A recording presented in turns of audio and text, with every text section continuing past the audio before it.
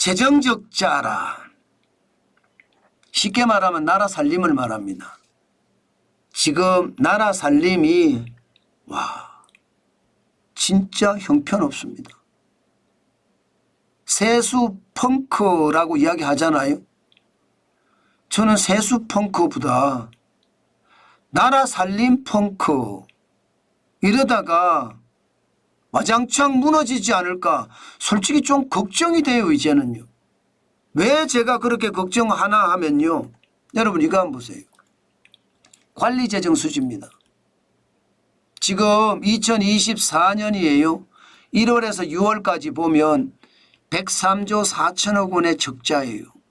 올해 연간 목표가 91조 6천억 원의 적자를 내겠다. 이게 목표에 적자 내겠다가 목표에 참 한심하지만요. 그런데 이미 6월인데 103조 4천억 원의 적자입니다. 장난 아니죠. 역대적으로도 보자. 역대적으로도. 지금 역대로 보면요. 1월에서 6월까지 기준으로 봤을 때는 역대 두 번째다. 세 번째다. 이렇게 이야기할 정도고요. 이대로 간다면 2020년 112조나 2022년 117조보다가 훨씬 많아진다는 이야기가 나옵니다. 이 정도면 여러분 나라 살림이 무너지고 있다 이렇게 해도 과언이 아니죠. 이게 관리재정수지라는 게 여러분 통합재정수지에서 사회보장기금수지를 뺀 거거든요. 다시 말해서 순수 나라 살림이란 뜻이에요. 순수 나라 살림이 지금 어이구야 큰일 났다 이런 생각이 들 수밖에 없습니다.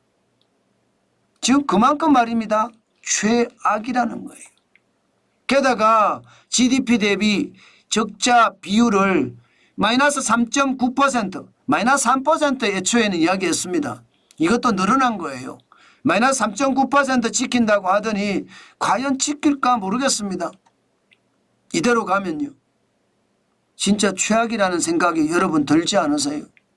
이제 이렇게 되면요 여러분 제가 보기에는 윤석열 정부도 삼성이나 SK 하이닉스에 가서 하소연해야 될 것 같아요. 구걸해야 될 것 같아요.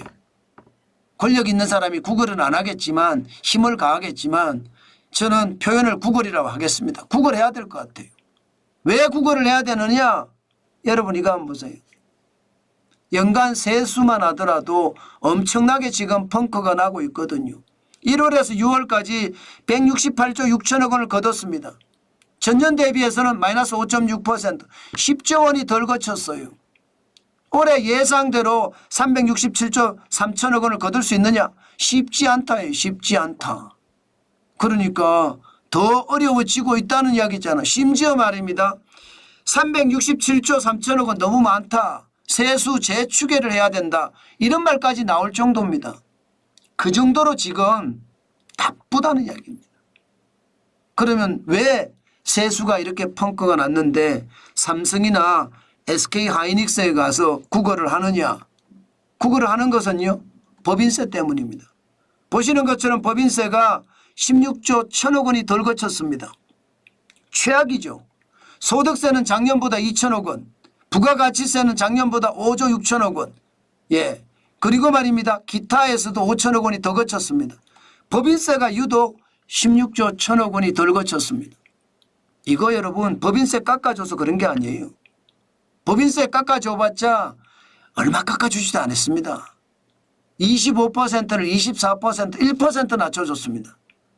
이게 법인세가 줄은 게 법인세를 깎아줘서 줄인 게 아니고 작년에 세금의 기준은 작년이잖아요. 그죠?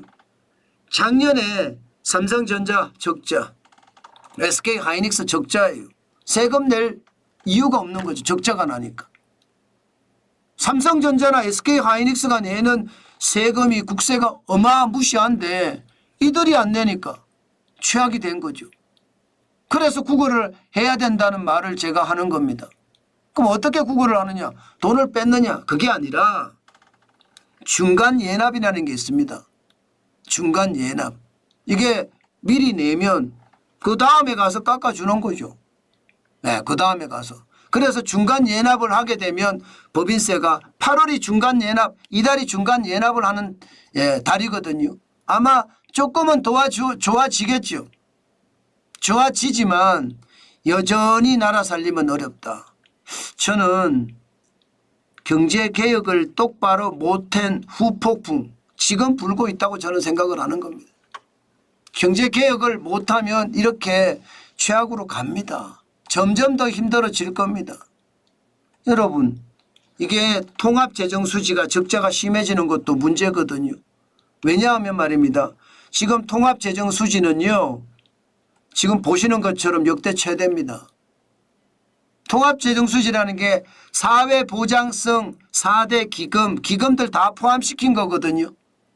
포함시키니까 76조 6천억 원입니다. 역대 최대예요. 역대 최대. 예, 이게 1월에서 6월까지가 76조입니다.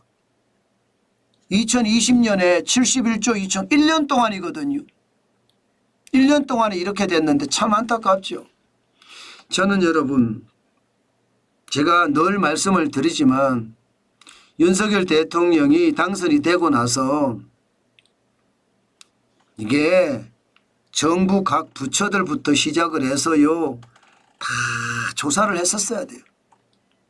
조사를 한 다음에 도대체 박근혜 정부 때하고 문재인 정부 때 돈이 얼마나 없어졌는지 확실하게 챙긴 다음에 국민들에게 소상하게 보고를 하고 이거 채워넣겠다.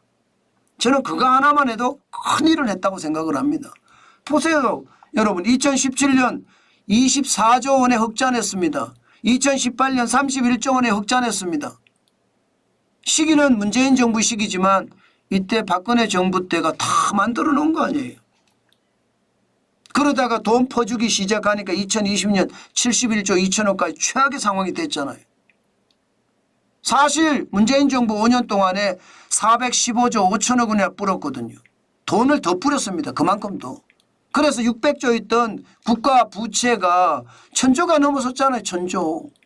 최악으로 된 거예요. 최악으로 지금요. 그렇게 생각하면 여러분 지금 대한민국은요. 한번 뿌린 돈 때문에 그것을 메꾸고자 진짜 힘들어 하거든요. 그거 메꾸려고 그러면 제대로 조사해서 각 부처별로 각 기관별로 문재인 정부 이전과 이후를 비교한 다음에 어떻게 하든 채워넣겠다. 그러면 대대적인 개혁이 뒤따랐어야 돼요. 대대적인 개혁 안 했거든요. 그러니까 지금 문재인 정부 때 뿌린 돈 갚느라고 정신없고요. 갚느라고. 이게 갚느라고 진짜 정신없습니다. 그리고 돈 빼먹은 거 제대로 조사해서 환수받아야 돼요. 국고로. 혈세는 전리품이 아닙니다. 혈세가 왜 전리품입니까? 저는 지금이라도 늦지 않았다고 생각합니다. 이제 얼마 안 남았지만 이제 반 거의 지나가는데 얼마 안 남았지만 지금이라도 강력하게 경제개혁을 해야 돼요. 그렇지 않고는 최악의 상황을 더 맞을 수 있고요. 지금 문재인 정부하고 다른 점이 없잖아요. 나라 살림은 나라 살림대로 꽝꽝 무너지죠. 부동산은 부동산대로 폭등하죠. 다른 게 뭐가 있죠? 그러니 환장할 노릇이죠. 믿고 따라주면 그 따라준 사람들을 배신하면 안 되거든요. 저는 윤석열 정부가 정신 바짝 차려야 된다고 생각합니다. 그렇지 않고 지금대로 가면요. 또다시 포퓰리즘 정권이 들어서고 나라는 더 망가질 겁니다. 저는 다음에 누가 대통령이 되더라도 경제 전문가가 대통령이 됐으면 좋겠어요. 그리고 꼼수서는 전문가가 아니라 정통 전문가. 경제 전문가가 확실히 대통령이 돼서 나라를 좀 바꿨으면 좋겠어요. 확실하게 바꿨으면 좋겠어요. 그렇지 않고는 우리 경제 이제 기대하기가 힘들지 않나. 저는 그런 생각도 요즘은 합니다. 안타깝다는 생각도 너무 많이 들고요.